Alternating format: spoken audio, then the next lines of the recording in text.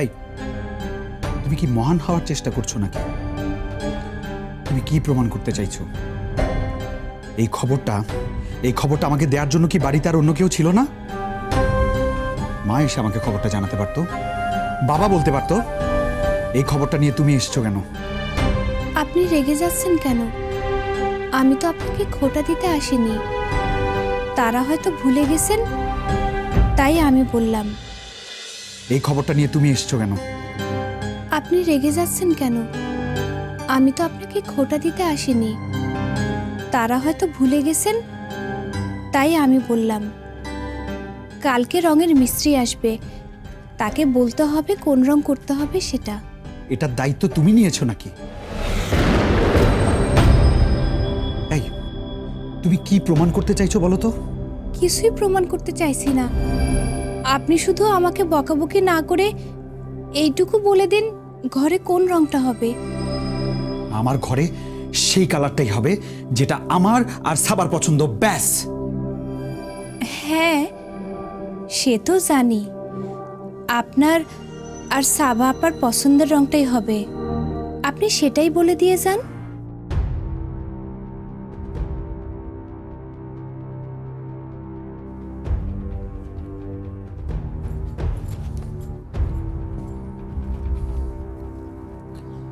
ওকে, এই baby pink কালারটাই হবে আমার বেডরুমের রং।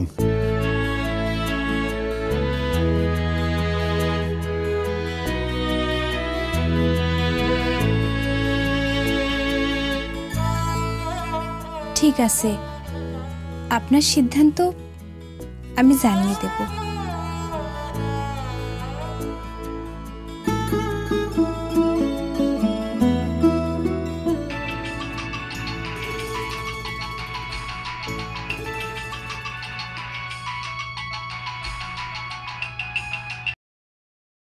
হ্যালো সাবা, বলো।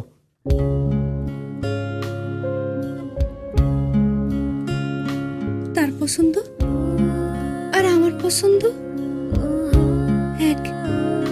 সেও ওই বেবি পিঙ্ক কালারটাই পছন্দ করেছে। হে আল্লাহ, কখনো কি আমি তার পছন্দের হয়ে উঠতে পারি না? ওকে ম্যাডাম, ঠিক আছে, আমি আসছি।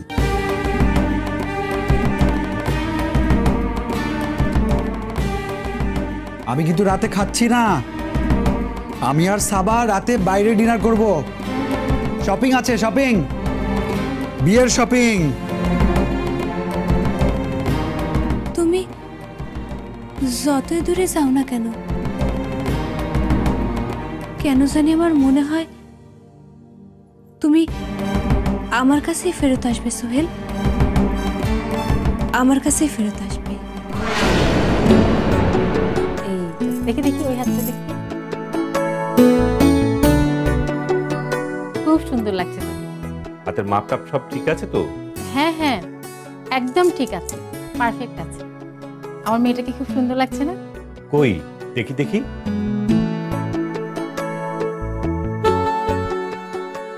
আরে এই দুটো গয়নায় কি হবে? আরো গয়না পরাও। আহা, পরাও পরাও না, দেখি একবার।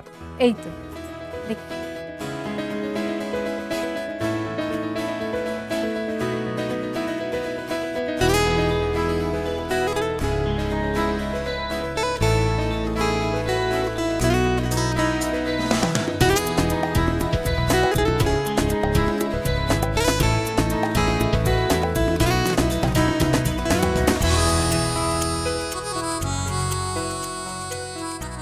এবার দেখো তো,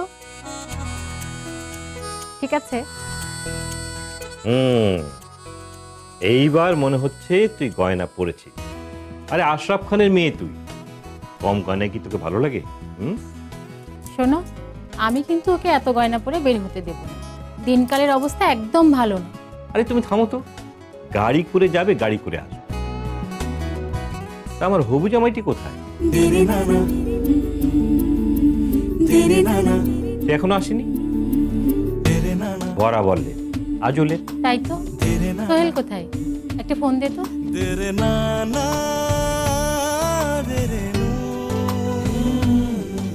এই যে আমি চলে এসেছি। হ্যাঁ, শয়তানের নাম নিয়েছি আর শয়তান এসে হাজির। এই যে দেখুন দেখুন, আপনার মেয়ে আমাকে শয়তান ডাকছে।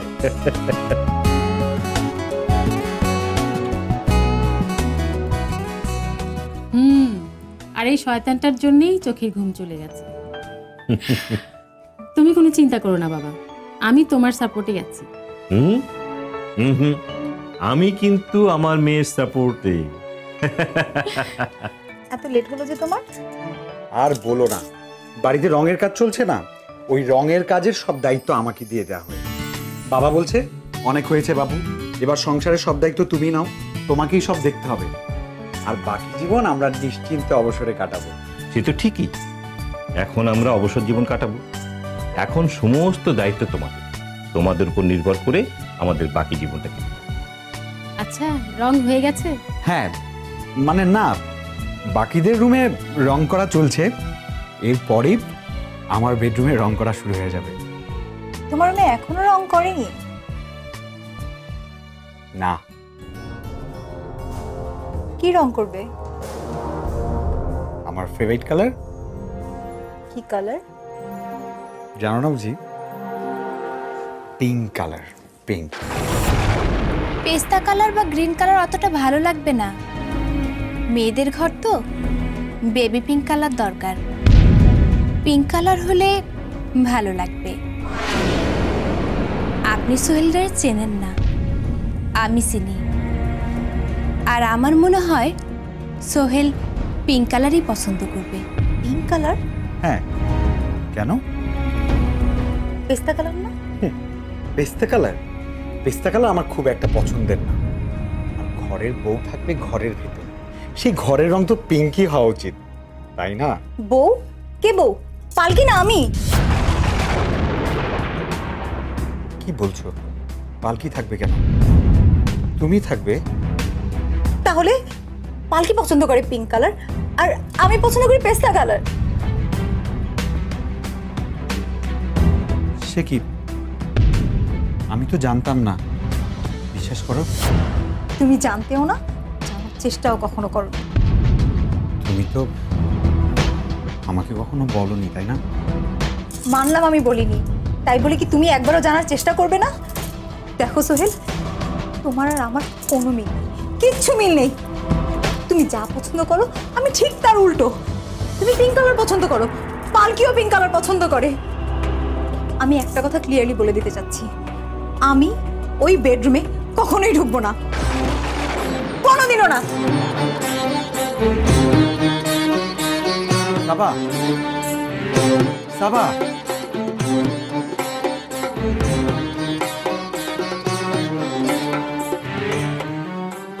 ঠিক কি হলো বুঝতে পারলাম না।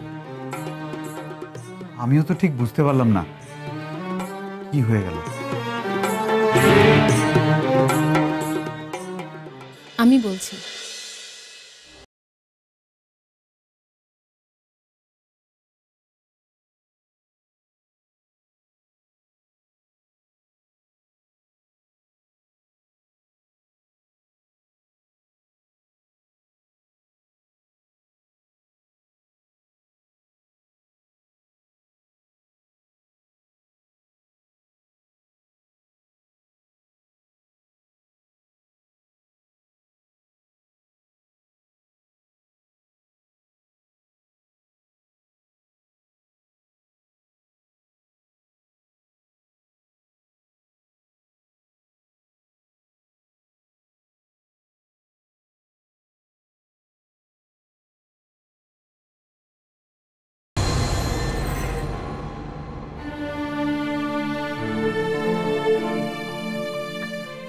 মা, আপনি? তোমাকে না আমি কতবার বলেছি তুমি আমাকে মা ডাকবে না? আর তোমার মা হওয়ার কোনো ইচ্ছা আমার নেই।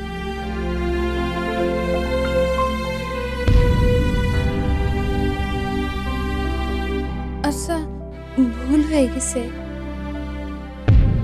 আপনি কি বলবেন বলেন? বলছি তুমি এ বাড়ি থেকে বিদেয় হবে কবে? সোহেলের বাবা বলেছেন শুভ অনুষ্ঠানের সময় বাড়ি থেকে কুকুর বেড়ালকেও তাড়াতে হয় না, আর তুমি সেই সুযোগে এ বাড়ি থেকে নড়তেই চাইছো না। কি করব বলেন? আমার শ্বশুর বলেছেন, আর তার কথা শিরোধার্য।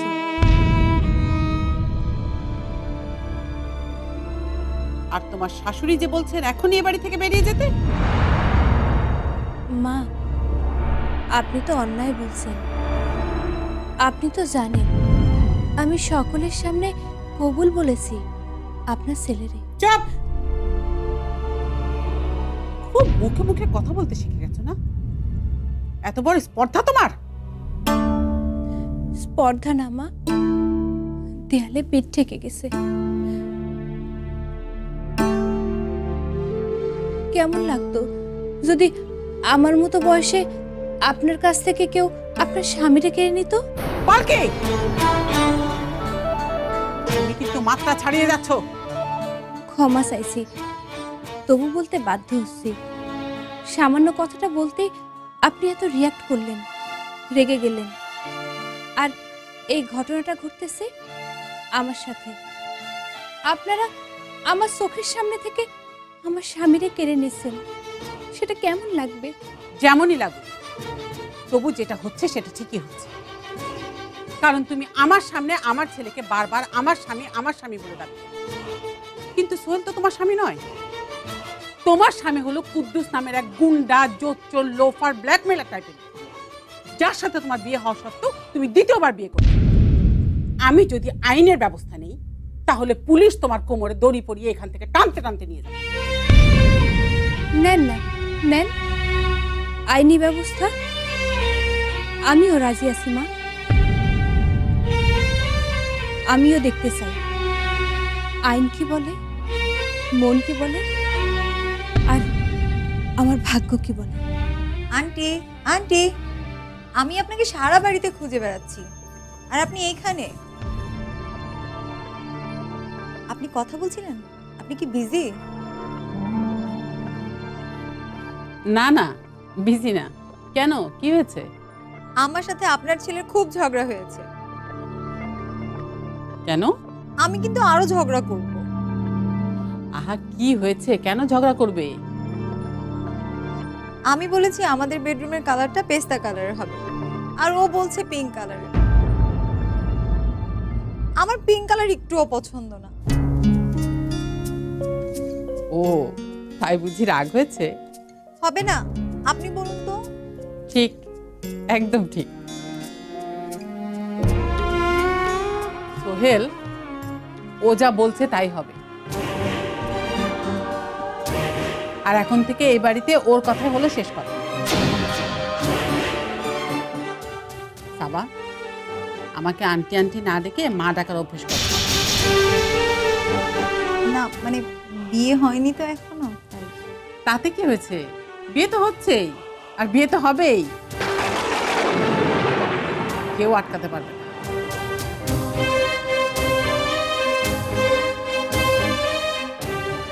তোমরা যাও, ঘরে যাও। আমি পালকিকে দিয়ে তোমাদের জন্য খাবার পাঠাচ্ছি। তোমরা খাও দাও, গল্প গুজব করো, গান বাজনা করো।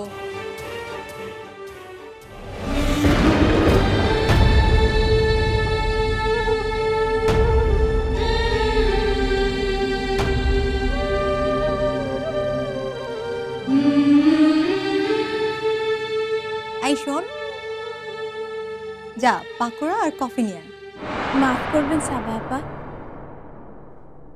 আমি এবারে কাজের লোক না, আমি এবারের বউ। তাই আমি আপনার কথা শুনতে বাধ্য না। তাহলে তুই কার কথা শুনবি? এবারের মালিক যদি বলেন তবে তার কথাই শুনব। মালিক মানে? কে মালিক? কেন? সোহেল সাহেব, আমার স্বামী। সোহেল, সোহেল বলো, বলো ওকে যে আমি যা বলেছি তাই করতে। হ্যাঁ সোহেল সাহেব, বলেন, আমিও শুনি। বলেন আপনি। বলো, বলছো না কেন? বলো। আচ্ছা, এত করে যখন বলছে তখন পাকোড়া আর কফি। আচ্ছা সাবা, আমরা এক কাজ করি, চলো আমরা বাইরের কোনো কফি শপে বসে কফি খেয়ে নেই, চলো। না, তোমাকে বলতেই হবে, ও বাড়ির কাজের লোক, আর ওর সাথে কাজের লোকের মতোই ব্যবহার করা উচিত।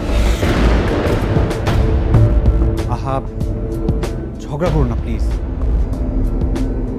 কেন, গায়ে লাগছে নাকি তোমার? নাকি আমার অ্যাবসেন্সে দুজনের কোনো সম্পর্ক তৈরি হয়েছে? Saba, stop it please. Don't talk rubbish. এই মেয়েটার সঙ্গে কোনো ধরনের সম্পর্ক করার বিন্দু মাত্র ইচ্ছে আমার নেই। আমি তাকে ঘৃণা করি। কিছু একটা করেন সোহেল সাহেব, ভালো না হয় নাই বাসলেন, ঘৃণাই সই।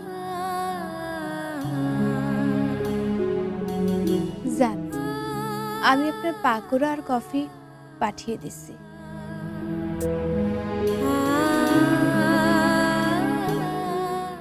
That's like a good girl.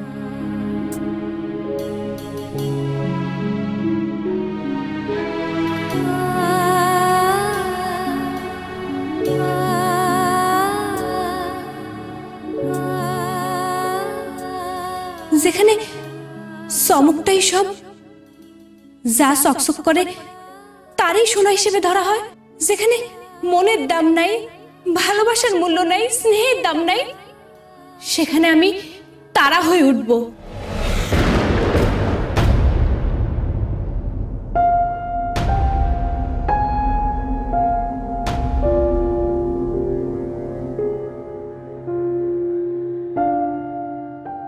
কি ব্যাপার, এরকম অন্ধকারে চুপচাপ শুয়ে আছো? শরীর খারাপ করছে নাকি?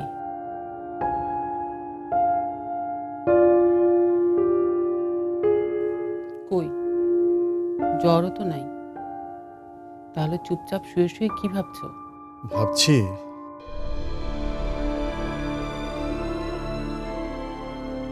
যা করছি ঠিক করছি তো, মানে যা হচ্ছে ঠিক হচ্ছে তো? আমি তোমার কথা কিছুই বুঝতে পারছি না।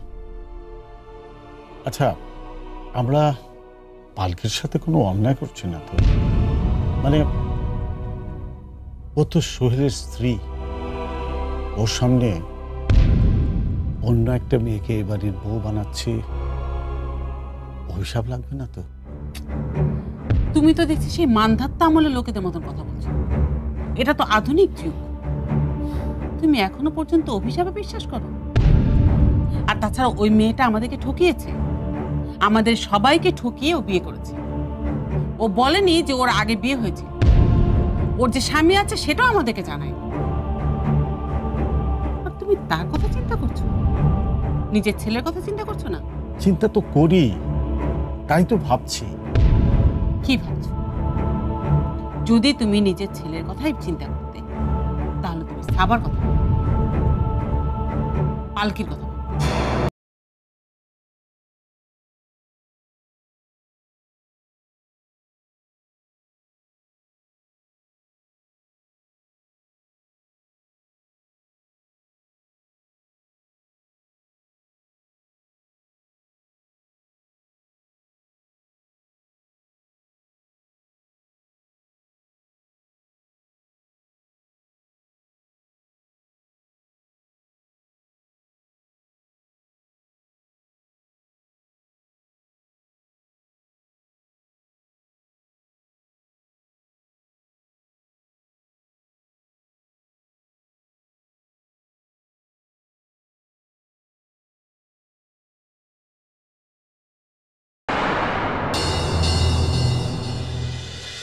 তুমি আমার বাড়ি থেকে নিয়ে এসেছো, বেরিয়ে যাও, বেরিয়ে যাও।